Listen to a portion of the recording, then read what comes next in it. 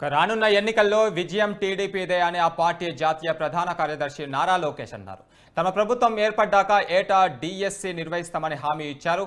శ్రీకాకుళం జిల్లా ఇచ్చాపురంలో శంఖారావం యాత్రకు ఆయన శ్రీకారం చుట్టారు. 4.5 ఏళ్లలో ఒక్క డిఎస్సి ఇవ్వని జగన్ ఇప్పుడు కొత్త నాటకం ఆడుతున్నారన్నారు. మోసం, దగా, కుట్రకి ప్యాంటు షర్టు వేస్తే జగన్లా ఉంటుందని లోకేష్ మండిపడ్డారు.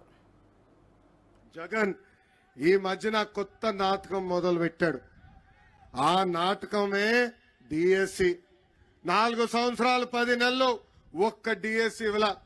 డిఎస్సి అన్న పదం ఆయన నోరు నుంచి రాలా. అందుకే మోసానికి, దగాకి, కుట్రకి ప్యాంటు షర్ట్ వేస్తే అచ్చు జగన్ లాగా ఉంటుంది. ఎన్నికల ముందల ఏం చెప్పాడు ఈ జగన్?